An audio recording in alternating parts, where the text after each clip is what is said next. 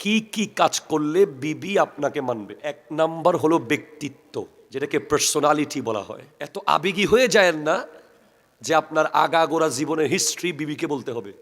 এখন দেখা যায় যে 2 দিন হয় না আসছে ওনারে, আমি ছোটবেলায় ওখানে এটা করছিলাম, মেজোবেলায় ওটা ওখানে করছিলাম, ওদিকে এটা করছিলাম, সব খুল্লা বলে দেয়। হালকা হয়ে যায় আস্তে আস্তে, ব্যক্তিত্ব নষ্ট হয়ে যায়। সেকেন্ড ওয়ান, বিবি যখন দেখবে যে আপনি বাপ মাকে শ্রদ্ধা করেন না, তখন বিবি আপনাকে না মানা শুরু করবে। থার্ড ওয়ান, শ্বশুর বাড়ি থেকে যখন আপনাকে দাওয়াত দেবে, প্রোগ্রামের জন্য বলবে, যেতে বলবে, আপনি বলবেন আমার বাবাকে ফোন দাও, ফোন আমার বাপকে দিতে বলো, ফোন আমার মাকে দিতে বলো। আপনি যখন বাজার থেকে কিছু আনবেন, বিবির বেডরুমে না নিয়ে আগে মায়ের রুমে নিয়ে যান। কথাগুলো বুঝবেন। আপনাকে ভয় পাওয়ার পিছে 2 জন শক্তিশালী ব্যক্তি আছে, একটা আপনার বাপ, একটা আপনার মা। আপনি এদেরকে যত বেশি ভয় পাবেন, এদেরকে যত বেশি শ্রদ্ধা করবেন, বিবি আপনাকে তত বেশি মানবে। যদি কোনো মতে বিবি বুঝতে পারে যে আপনি আপনার বাপ মার ব্যাপারে উদাসীন, তখন সে আপনাকে আস্তে আস্তে কন্ট্রোলে আনার চেষ্টা করবে। তাকে সেই চান্স দেওয়া যাবে না। ক্লিয়ার? সে যখন বুঝতে পারবে যে আপনি এই 2 জনের কথা ছাড়া এক কদম যাবেন না, এটা নিশ্চিত, এটা তাকে নিশ্চিত করে ফেলতে হবে কাজের মাধ্যমে, তখন সে বুঝবে যে আর হতা কিছু হইতো না। এরপর আরেক 4 নম্বর হলো, বিবিকে সব সময় যা চায় তা দেওয়া যাবে না। একটু পরে দেন, 2 দিন পরে দেন, 5 দিন পরে দেন। অনেক আবেগী স্বামী আছে, বিবির মুখ থেকে বের হওয়ার লগে লগেই হ্যাঁ অবশ্যই বিবির জন্য স্বামী আনবে, সবকিছু করবে, কিন্তু একদম বলার লগে লগে সাথে সাথে সাথে সাথে সাথে সাথে যদি করেন, সাথে সাথে করেন, সাথে সাথে করেন, এটা ওনার অভ্যাসে পরিণত হবে যে উনি সাথে সাথে পেতে অভ্যস্ত হয়ে যাবে। এই জন্য 1 ঘন্টা পরে করেন, 1 দিন পরে করেন, 5 দিন পরে দেন। সে একটা ড্রেস চেয়েছে, ঠিক আছে দিব। সে কোথাও যেতে চেয়েছে, ঠিক আছে যাবা, 2 দিন পরে যাব। সে কিছু খেতে চেয়েছে, ঠিক আছে 1 দিন পরে খাবো, 5 দিন পরে খাই, আচ্ছা আমি টাকা জোগাড় করে নিয়ে আসবো। আপনি তাকে এমন করে ফেলবেন না যে যখন যা চেয়েছে তখন তা দিয়েছি। এটা একদিন আপনাকে আফসোস করে বলতে হবে, তুমি আমার সাথে এই কাজ করলা, মা বোনেরা আমার বিরুদ্ধে লেগে যাবে আজকে। সত্যিকারের ইম্পর্টেন্ট বিষয় হলো, বিবি আপনাকে তখন মানবে যখন আপনি তাকওয়া দেখে বিয়ে করবেন। আপনি যদি মেয়ের বাবার বাড়ি দেখে বিয়ে করেন, সে যদি বুঝতে পারে যে আপনি তার বাবার সম্পদের প্রতি আগ্রহী, সেগুলোর দিকে আপনার দুর্বলতা আছে, তখন সে কিন্তু আপনাকে কন্ট্রোলে নিয়ে নেবে। এই দুর্বলতা তাকে বুঝতে দেওয়া যাবে না। প্রয়োজনে মাটি কাটবেন, এরপর শ্বশুর বাড়ির টাকার দিকে নজর দেওয়া যাবে না। প্রয়োজনে রিক্সা চালাবো, প্রয়োজনে মাটি কাটবেন, রিক্সা চালাবেন, ঠেলাগাড়ি চালাবেন, এরপরও শ্বশুর বাড়ির টাকার দিকে লোভ করবেন না। যদি করেন, দুর্বলতা প্রকাশ পাবে। পুরুষ দুর্বল হয় না, পুরুষ বীর হয়। বিবি যেন আপনার চরিত্রের ব্যাপারে নিখুঁত থাকে। বিবি যদি বুঝতে পারে যে আপনি চরিত্রে আপনার প্রবলেম আছে, তার হাতে আপনি তলোয়ার তুলে দিচ্ছেন।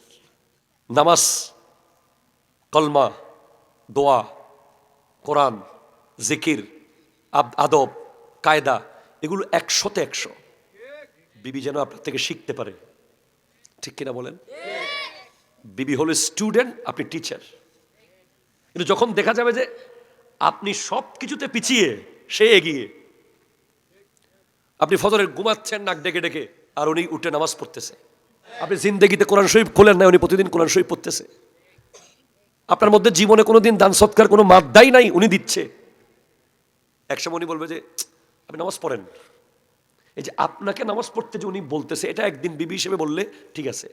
যদি প্রতিদিন বলতে হয়, তাহলে এক পর্যায়ে গিয়ে উনি লিডারশিপ নিয়ে নিচ্ছে। এই সুযোগ আপনি করে দিয়েছেন। আপনার বিবির সামনে আপনি থাকবেন পৃথিবীর সবচেয়ে ভদ্র, ন্যাক, আল্লাহওয়ালা পুরুষ। সে যদি জানতে পারে আপনি লাখে 10,000 টাকা খান, সে যদি বুঝতে পারে যে আপনি মদ জুয়া খেলেন, তার যদি খবর থাকে যে আপনি বেগানার সাথে সম্পর্ক রাখেন, সে যদি বুঝতে পারে যে আপনার পরকীয়া আছে, সে আপনাকে জিন্দেগিতেও মানবে না, মানা উচিত না। ঠিক কিনা জোরে কথা বলেন। আপনি যদি ন্যাক, আল্লাহওয়ালা হন, চোখ যদি আপনার নিচে থাকে সে কাঁচামরিচ দিয়ে সংসার করতে রাজি থাকবে, লবণ দিয়ে বা মেখে খাবে সে। আর কখনো অন্যের তুলনা দিবেন না, কখনো বার্গেনিং এ যাবেন না, মানে তর্ক করার সুযোগ দিবেন না, তর্ক অ্যাভয়েড করবেন। তর্ক করতে পারলে মানুষ বন্ধু হয়ে যেতে চায়, সমান সমান হয়ে যেতে চায়। আপনি যখন একটা ছোট বাচ্চার সাথে তর্ক করবেন, তর্কের এক পর্যায়ে দেখবেন যে সে আপনাকে নিজের সমান মনে করতেছে। এই জন্য তর্কের সুযোগ দেওয়া যাবে না। তর্ক শুরু হতে যাচ্ছে, প্রয়োজনে হেরে গিয়ে বলবেন আচ্ছা পরে কথা বলি।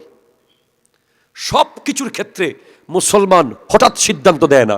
মুসলমানের জীবনের সবচেয়ে বড় দামি জিনিস হচ্ছে ধৈর্যের সাথে মোকাবেলা করা।